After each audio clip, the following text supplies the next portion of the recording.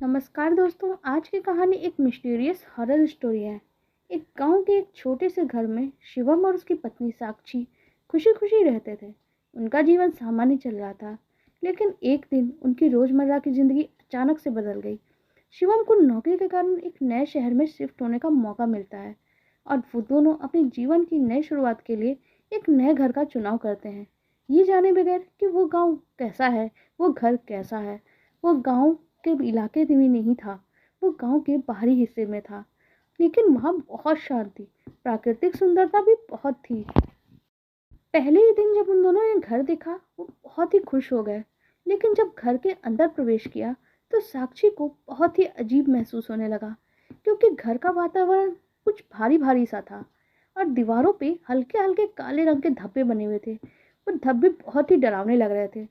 शिवम ने साक्षी को दिलासा दिया, ये घर पुराना है, कुछ निशानियां बन जाती हैं समय के साथ।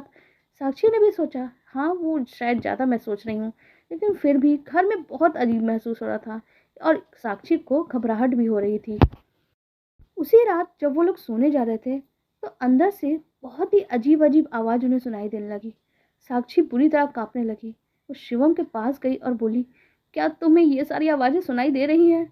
शिवम ने उत्तर दिया, हाँ ये घर बहुत पुराना है, शायद घर का पुराना ढांचा है, इसलिए कुछ आवाज़ें आती होंगी।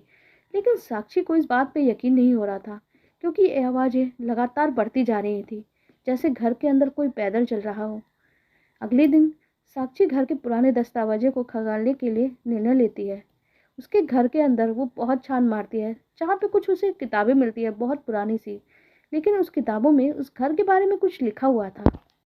जो किताब में लिखा था वो साक्षी के लिए दहला देने वाला था, क्योंकि उन किताबों में लिखा गया था इस घर में एक परिवार पहले रहता था। कुमार टाइटल था उन सबका। उस कुमार परिवार के बारे में एक अजीब सी बात यह थी कि एक रात अचानक ही वो सब लोग गायब हो गए। उस रात वो लोग गायब कहाँ हुए, कैसे हुए, किसी को नहीं पता। लेकिन उनके गायब होने के बाद इस घर में कोई नहीं रहता है और इस घर को धीरे धीरे एक सुनसान घर बना दिया गया है।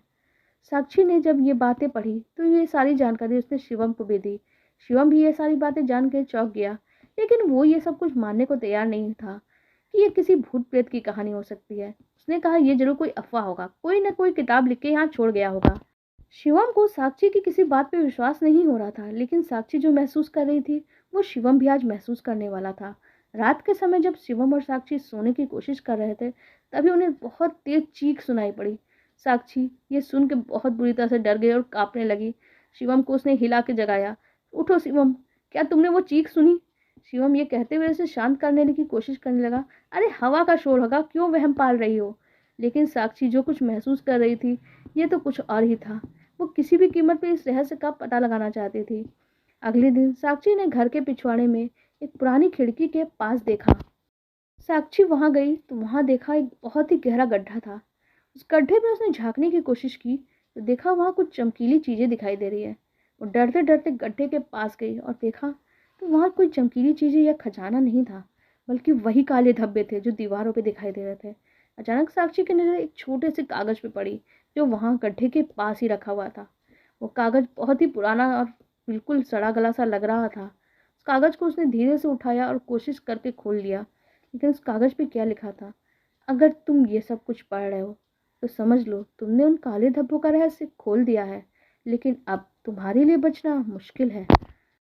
ये सब कुछ पढ़ के साक्षी डर के मारी पूरी तरह से कांपने लगी। वो कागज लेकर दौड़ के शिवम के पास गई और उसको दिखाती है। शिवम कागज पढ़ने के बाद बोलता है, ये जरूर किसी की शरारत होगी, लेकिन हम जल्द ही इस घर से बाहर चले जाएंगे, तुम डरो मत। लेकिन साक्षी को यकीन हो चुका था कि इस घर में कुछ बड़ी गड़बड़ है। लेकिन अगले ही दिन शिवम और साक्षी ने निर्णय लिया कि वो इस घर को और गहरे से जांच करेंगे। वो दोनों घर के तहखाने तक चले गए। तहखाने में प्रवेश करते ही उसके तहखाने से बहुत ही भयानक बदबू आ रही थी। उस बदबू को उन दोनों को बर्दाश्त करना नामुमकिन था। उन्हें ऐसा लगा जरूर यहाँ कुछ बुरा हुआ है, शायद कोई जानवर मर गया हो। तहखाने के अंदर बहुत अंधेरा था, इसलिए उन्होंने एक मोमबत्ती जलाई। लेकिन सामने एक पुरानी लकड़ी की तख्ती उन्हें मोमबत्ती की रोशनी में दिखाई दी। लेकिन उस तख्ती पे भी कुछ लिखा था, काले धब्बे की ताकत को समझो, वरना तुम अपना सब कुछ खो दोगे। तभी अचानक कमरे का तापमान अचानक से बढ़ने लग गया और काले धब्बे दीवारों के चारों तरफ उन्हें दिखाई देने लगे। शिवम और साक्षी ये सब कुछ अपनी आंखों से देख रहे थे, जो बहुत ही भयानक था। तभी तहखाने से आवाज़ आने लगी, हम तुम दोनों को नहीं छोड़ेंगे। वो दोनों इस आवाज़ को सुन के बहुत बुरी तरह से डर गए और चिल्ला के भागने लगे, लेकिन शायद किसी ताकत ने उन्हें रोक लिया। लेकिन शिवम और साक्षी की किस्मत अच्छी थी, या यूं कहा जाए कि भगवान उनके साथ था, या वो ताकत उन्हें नुकसान नहीं पहुंचाने चाहती थी, कि जैसे तैसे उन्होंने बाहर जाने की कोशिश की और वो लोग बाहर निकल पाए। सुनते हैं कि उस घर में फिर कोई नहीं रहता। गांव वालों ने बताया कि वो घर एक शापित जगह बन चुकी है और वहां कोई भी नहीं टिक सकता। सिमर और साक्षी उस घर को छोड़ के नए शहर चले गए, लेकिन उन काले धब्बों का रहस्य उनके साथ ही रह गया और कभी ना मिटने वाली यादें उनके दिल दिमाग में हमेशा अकेले बस गए। आपको हमारी ये कहानी कैसी लगी कमेंट सेक्शन में जरूर बताइएगा। साथ ही हमारी वीडियो को लाइक कर दीजिएगा और हमारे चैनल को भी सब्सक्राइब कर लीजिएगा। धन्यवाद।